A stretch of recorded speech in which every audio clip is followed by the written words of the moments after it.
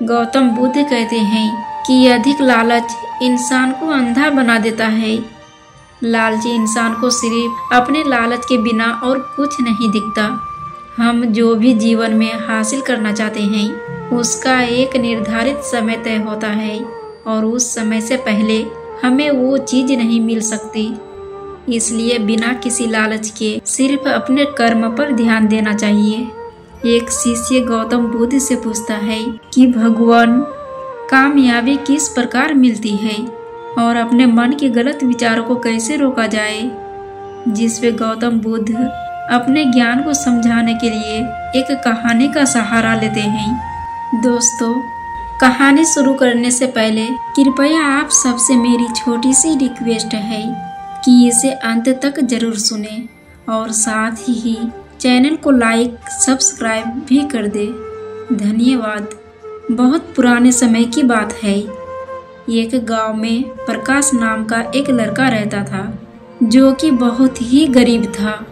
वह कैसे भी करके गरीबी से निकलना चाहता था, जिसके लिए वह बहुत मेहनत भी किया करता था, पर वह इतना नहीं कर पाता था कि अपनी जिंदगी को सुकून से जी सके, जिस बात से वह बहुत ज़्यादा परेशान रहता था।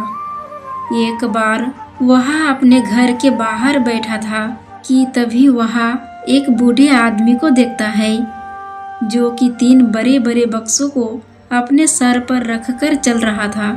देखने से वह कोई व्यापारी व्यतीत होता, परंतु साफ दिख रहा था कि बक्सों के वजन ने उसे थका दिया है और उसे आराम की जरूरत है।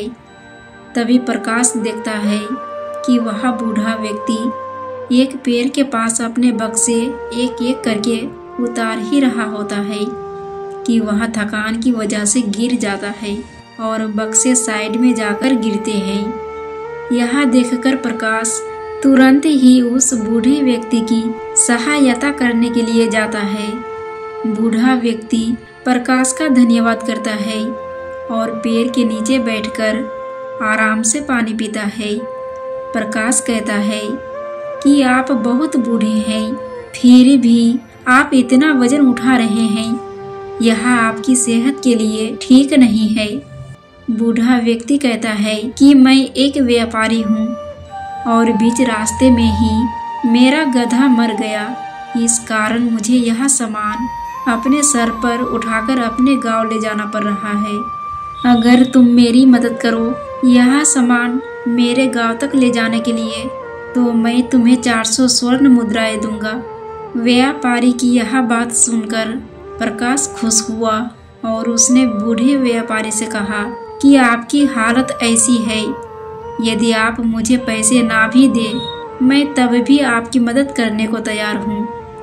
व्यापारी प्रकाश के सर पर एक बक्सा रखता और 2 बक्से अपने सर पर रख लेता है और प्रकाश से कहता है कि तुम मेरे एक बक्से को मेरे गांव तक पहुंचा दो, जो कि थोड़ी सी दूरी पर है, तो मैं तुम्हें 400 स्वर्ण मुद्राएं दूंगा।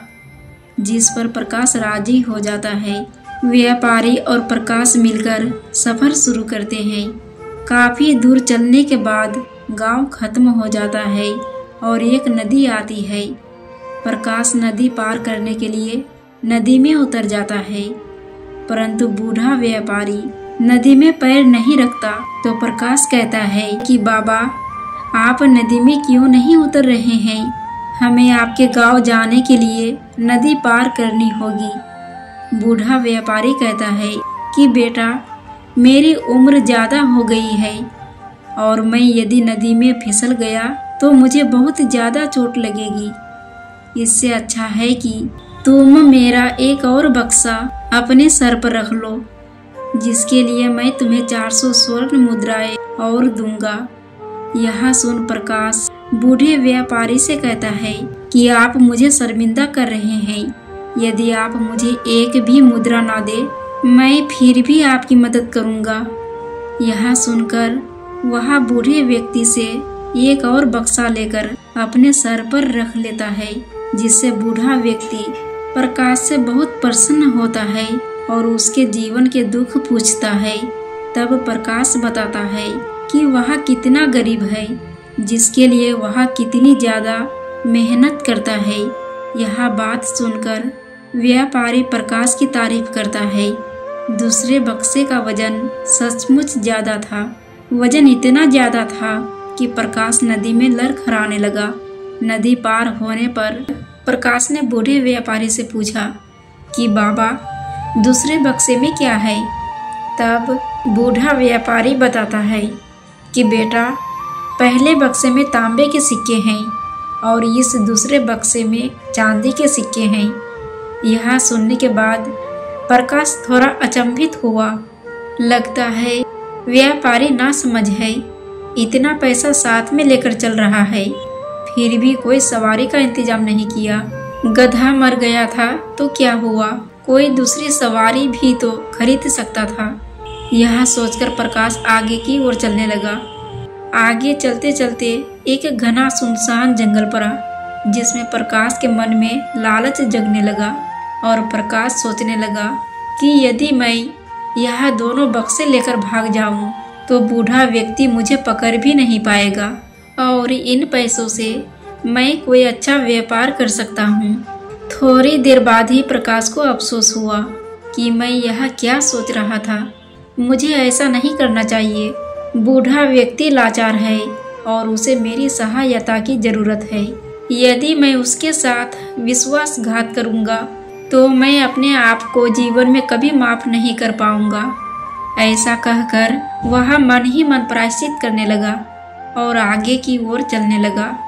काफी देर तक पैदल चलने के बाद एक बड़ा सा पहाड़ सामने आया। बूढ़े व्यापारी ने बताया कि बेटा, मेरे गांव तक जाने के लिए इस पहाड़ को पार करना होगा। यह सुन प्रकाश थोड़ा सा घबरा गया, क्योंकि उसके सर पर बहुत वजन था और इतना वजन लेकर ऊपर चढ़ना बहुत ही मुश्किल काम था। परंतु प्रकाश ने देखा कि बूढ़ा व्यक्ति ऊपर चढ़ने के लायक नहीं है। तभी बूढ़े व्यापारी ने प्रकाश से कहा कि बेटा, तुम ऐसा करो कि तुम मेरा यह वाला बक्सा भी अपने सर पर रख लो, मैं तुम्हें 400 स्वर्ण मुद्राएं और दूंगा।